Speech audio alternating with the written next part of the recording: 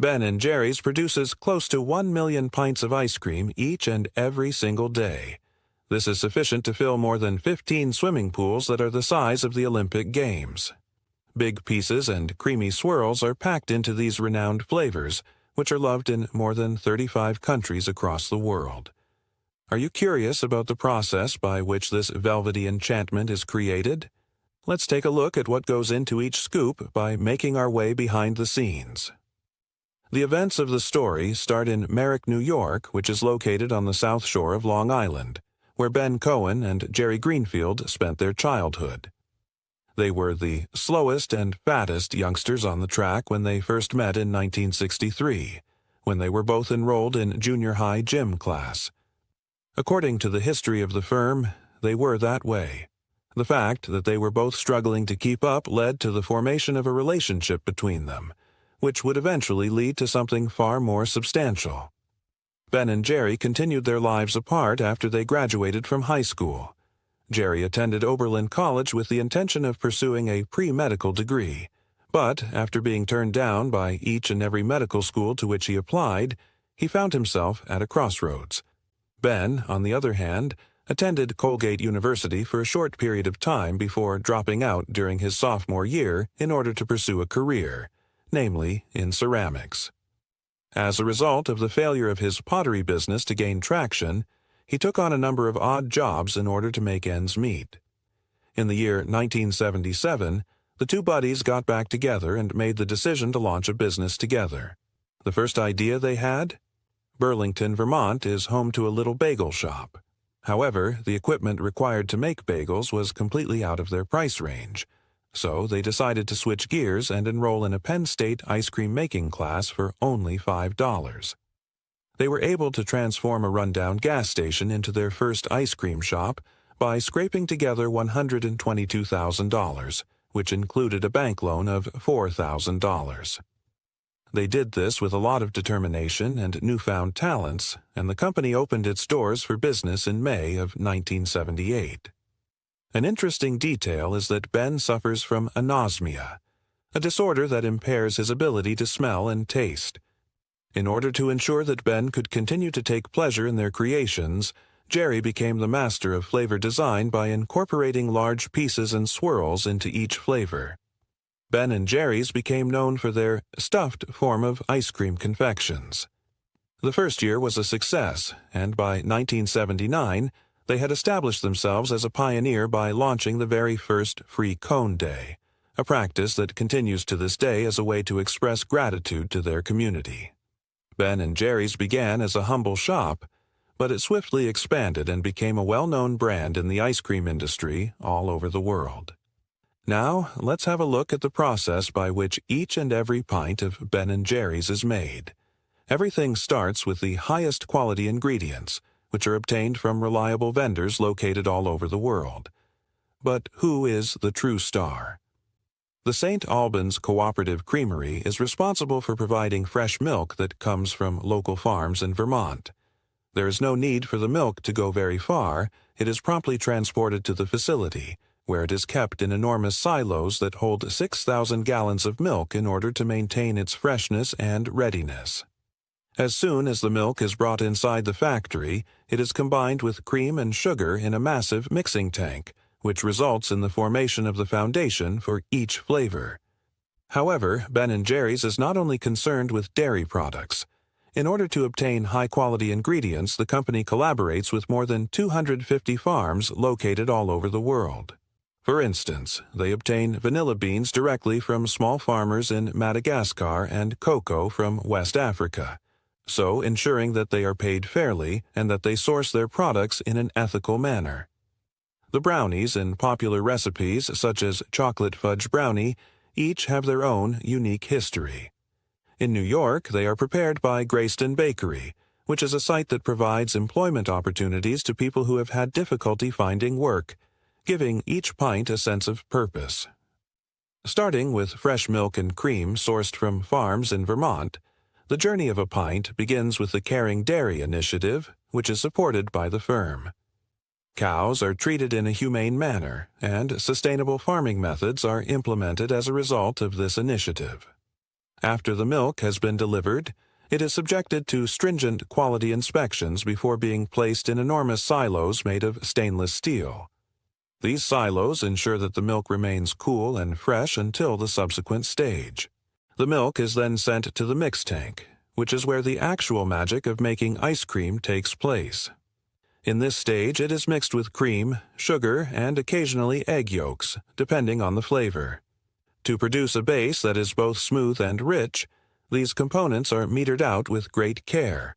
There are two primary ice cream bases that Ben & Jerry's offers, the first of which is the well-known sweet cream base.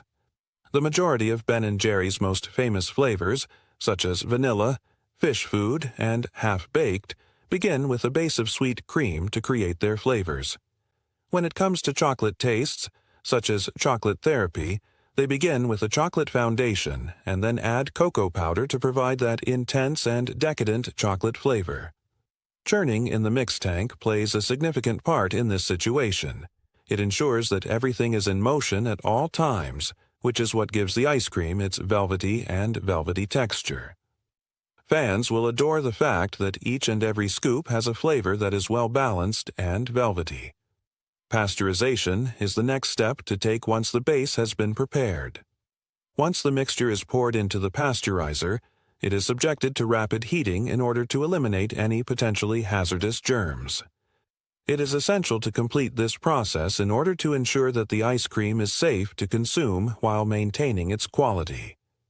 Through the utilization of hot steel plates, the pasteurizer is able to heat the mixture to approximately 180 degrees Fahrenheit for a brief period of time before rapidly cooling it down. This rapid heating ensures that the mixture is safe to use without altering either its flavor or its consistency. The base is chilled once it has been pasteurized, and then it is transported to a holding tank, where it is allowed to rest for between 4 and 8 hours. This period of resting does more than simply ensure the safety of the components. It is also the time when the ingredients fully come together, resulting in a base that is rich and smooth and ready to be infused with flavors, chunks, and swirls. After that, the base is pumped into one of the 20 flavor vats that are part of the facility, which is where the magic happens at Ben & Jerry's. Every vat is a high-tech tank that is designed to combine various substances, such as vanilla extract, mint, fruit purees, or coffee, according to the recipe that is being used. Therefore, it is vital to complete this process in order to guarantee that the flavors are uniform throughout, thereby ensuring that each pint contains the ideal harmony of flavors. Every year, Ben & Jerry's is able to experiment with hundreds of different flavor combinations thanks to the flavor vats, which also enable the company to work on various tastes simultaneously. Although only the most delicious recipes are made it to the shelves, these vats are the place where all of the daring ideas start. Each flavor, whether it be a subtle vanilla or a strong mint, is meticulously constructed to perfection, thereby laying the groundwork for the chunks and swirls that are to follow. At this point, things are about to get pretty cool, quite literally. A machine that rapidly reduces the temperature in order to change the liquid mixture into ice cream is called a freezing barrel. Once the base has been flavored, it is pushed into the freezing barrel. It is essential to complete this stage since it is the point at which the mixture begins to harden and acquire the velvety texture that is characteristic of Ben & Jerry's. While the base is being churned and cooled in the freezing barrel, air is being introduced, which results in the creation of that airy, fluffy mouthfeel that we all adore. Once the ice cream has been removed from the freezing barrel, it has reached the ideal consistency, which is cold but yet soft, similar to soft-serve ice cream. At this point, it is thick enough to maintain its shape, but it is also soft enough to allow for the subsequent process, which is to add the renowned chunks and swirls that Ben & Jerry's is known for. This is the thing that truly sets Ben & Jerry's ice cream apart from the competition. These mix-ins are added with the assistance of a machine known as the chunk feeder. The workers fill the chunk feeder to the brim, making sure that every pint is stuffed with delectable sweetness. These mix-ins include brownie bites, chocolate chunks, peanut butter cups, and large pieces of cookie dough. because Ben & Jerry's is known for having some of the largest and most generous mix-ins in the world of ice cream. This machine delicately mixes in the pieces without crushing them, hence maintaining their texture. This is a vital step because Ben & Jerry's is recognized for having some of the most generous mix-ins. After the ice cream has been thoroughly combined, each pint is prepared for packing, which will ensure that all of the scrumptious flavor and texture are preserved. As the chunks and swirls have been thoroughly combined, Ben & Jerry's ice cream is now prepared to move on to the next significant phase, which is the process of filling those distinctive pint containers. In this situation, the automatic filler is of great assistance. It is possible to fill up to 270 pints of ice cream in a single minute with this high-speed machine that pumps the ice cream into pint containers with precision. Ben & Jerry's is able to keep up with the enormous demand for their products while simultaneously guaranteeing that each pint contains the ideal quantity of creamy goodness and mix-ins. This is a magnificent example of efficiency. This technology ensures that each and every pint that is produced has the same weight and volume, and that the chunks and swirls are dispersed uniformly throughout the pints, resulting in a flawless scoop each and every time. Once the pints have been filled, they are sent along the line to the litter, which is a machine that quickly inserts lids on each pint and then seals them. When this procedure is completed, the tasty contents are sealed, ensuring that they remain fresh until they are ready to be consumed. After the pints have been sealed, they are subjected to a quality check, during which the team takes samples every hour to examine the consistency of the weight, the chunk distribution, and even the presence of air bubbles. All of the pints are weighed to ensure that they are packed correctly, and then they are cut open to check that the iconic chunks and swirls are distributed evenly. This is done to guarantee that each and every scoop provides the same characteristic Ben & Jerry's experience. The trip of the ice cream, however, is not yet complete. The spiral hardener is the final and most important step that must be taken in order to achieve that perfect, scoopable texture. During the freezing process, which takes approximately 3 hours, the pints are moved gently along this enormous corkscrew conveyor that is located in an industrial freezer that is kept at a chilling -60 degrees Fahrenheit. Because of the spiral form, each pint is able to gently cool down, which helps to maintain the creamy texture while also ensuring that the chunks and swirls remain intact. The flavor and texture are preserved with the use of this gradual freeze, which guarantees that by the time the pints are ready to be served, they will have reached the proper temperature and consistency. After the food has been absolutely frozen, it is time to package it and send it out. Following the process of grouping freshly frozen pints into packages of 8, the packages are subsequently shrink-wrapped to ensure their safety. While being transported, the pints that have been wrapped are carefully placed on pallets, and then they are loaded into trucks that are equipped with refrigeration to ensure that everything remains frozen. To ensure that each pint of ice cream arrives just as fresh and tasty as it was when it left the factory, these trucks then distribute the ice cream to supermarkets, ice cream shops, and distribution hubs all around the world. Fans of Ben & Jerry's may be assured that they will receive the same high-quality product regardless of whether they purchase a pint of Ben & Jerry's at a grocery store or an ice cream parlor. This is the story of how Ben & Jerry's ice cream went from being a humble scoop store in Vermont to becoming a well-known delight all over the world. There is more to it than just delicious flavor. Each pint conveys a narrative of care, quality, and the impact it has on the community. Therefore, the next time you indulge in your preferred taste, keep in mind the hard work that went into each and every spoonful. And while we're on the subject of sweets, have you ever pondered the ingredients that go into the multicolored sprinkles that we use to decorate our ice cream and other desserts? In the United Kingdom, sprinkles are referred to as hundreds and thousands, while in certain regions of the United States, they are referred to as jimmies. Despite the fact that they are a delightful addition to any dish and a splash of color, the process of creating them is surprisingly complicated. Taking a look behind the scenes at the manufacturing process of these teeny-tiny, holiday-themed parts is presented here. To begin, it begins with a foundation combination that is comprised of sugar, shortening, a type of fat, water, and starch. This mixture is then combined into a thick paste that resembles dough. The addition of sugar imparts sweetness and structure to the dough, while the use of shortening makes it smooth and easy to manipulate, to ensure that they maintain their crunchiness even after being preserved. Certain sprinkles are made with specialized starches. As soon as the base mixture is completed, it is separated into sections for coloring.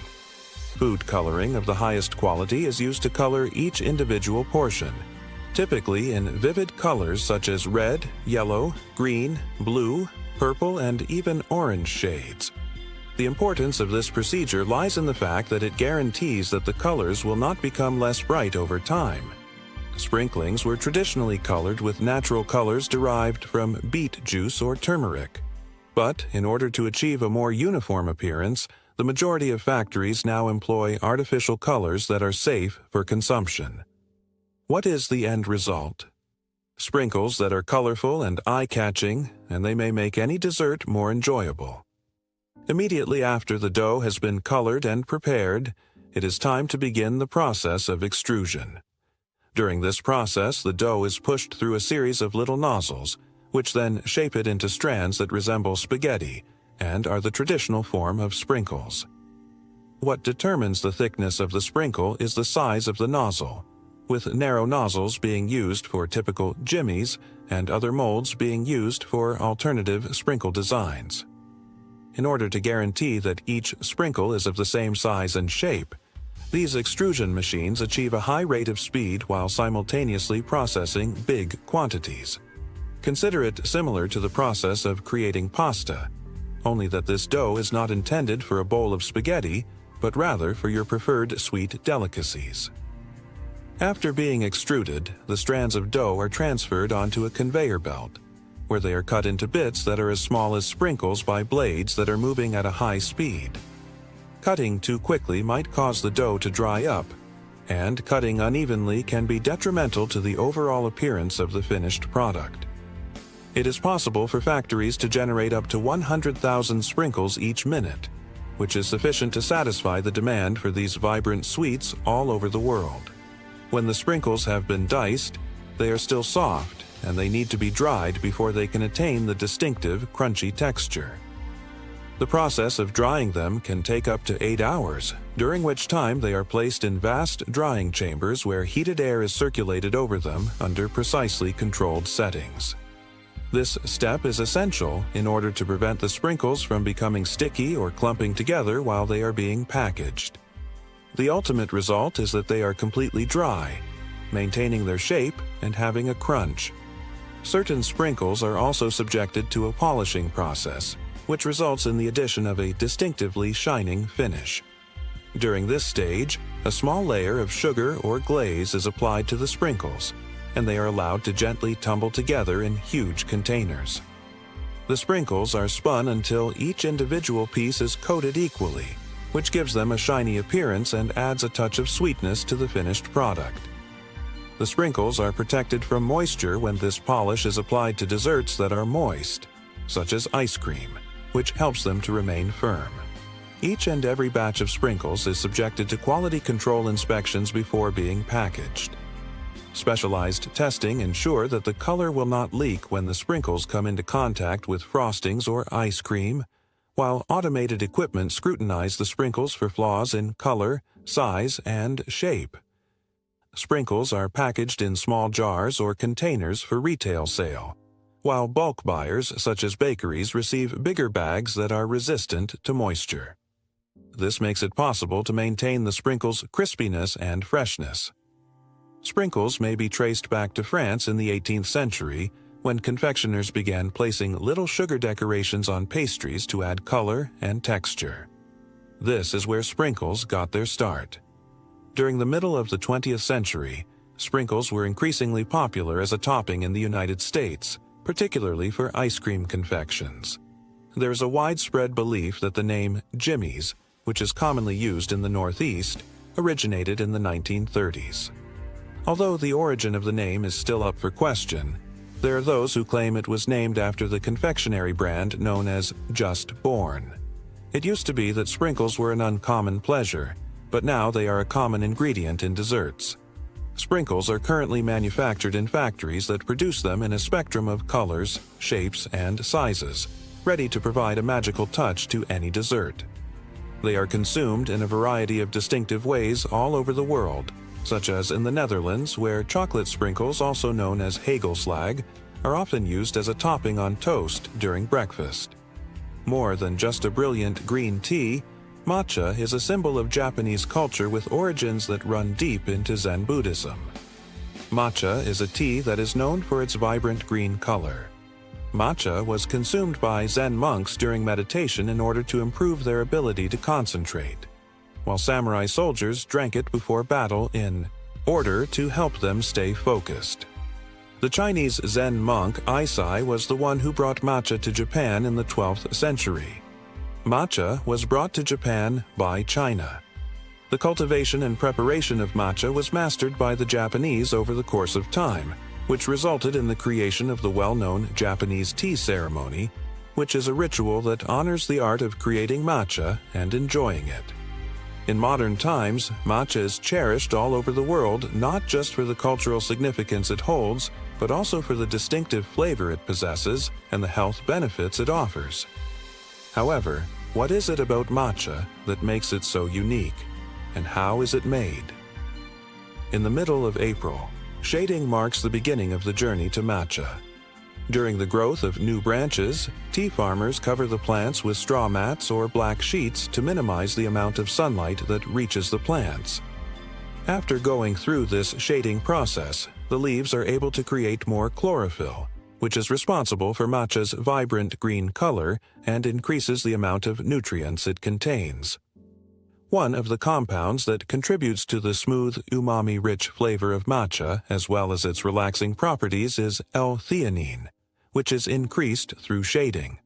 Leaves that are sweet and low in bitterness are produced as a result of this process, which continues for approximately 30 to 40 days. When there are 5 to 6 new leaves that have sprouted by the beginning of May, the tea is ready to be harvested. In order to obtain matcha of the finest possible quality, only the leaves that are the freshest and most fragile are chosen by hand. This is a laborious process that demands both expertise and experience. In order to ensure that only the most tender and tasty sections of the plant are used in the production of matcha powder, only the top 2 or 3 leaves are chosen.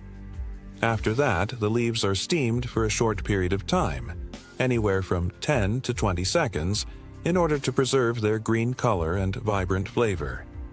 The leaves are prevented from oxidizing, which would otherwise result in the leaves becoming black tea, thanks to this essential process. In order to maintain the delicate flavors that they possess, they are steamed, then fast cooled, and finally dried in order to remove any moisture. The product that is produced is known as Araca, which is tea leaves that have been partially processed. The last metamorphosis of matcha occurs when tencha, which consists of leaves that have been processed and stripped of their stems and veins, is stone ground into a powder that is fine and smooth. Matcha is ground using a traditional method that involves the use of handcrafted granite stone mills. This method is slow and precise, and it only produces around 30 grams of matcha each hour. This is done in order to maintain the matcha's nutrients and vibrant color. In order to preserve the delicate scent and flavor of matcha, the grinding area is maintained at temperatures and humidity levels that are under strict control. The final product is a powder that is so fine that it entirely dissolves in water, resulting in a drink that is silky smooth and full of flavor. Matcha contains a number of antioxidants, particularly EGCG, epigallocatechin gallate, which is well known for its ability to inhibit the growth of cancer cells. Matcha is a fantastic alternative to coffee because it contains both caffeine and L-theanine, which together produce a calm and concentrated energy without the jitters that are associated with coffee. A high chlorophyll content, which assists in the removal of toxins from the body, has been connected to benefits for brain health, heart health, weight loss, and detoxification. These benefits have been related to regular consumption to be beneficial. There is a possibility that the global matcha market might reach $5.78 billion by the year 2028, with forecasts estimating that it will reach $3.84 billion by the year 2024. Matcha is gaining popularity all around the world as more and more people become aware of its distinctive properties. This trend can be seen in anything from classic matcha tea to contemporary matcha lattes and sweets. On the other hand, whether you drink matcha in its unadulterated form or in the shape of a latte, there is a great deal to savor in each and every sip. In light of the fact that you are now aware of the complex history that lies behind this green gold, how do you choose to consume your matcha? Leave a comment below and let us know. If you had a positive experience with this tutorial, then make sure to give it a thumbs up and subscribe to receive other tea advice and insights. Have a good time in the following video.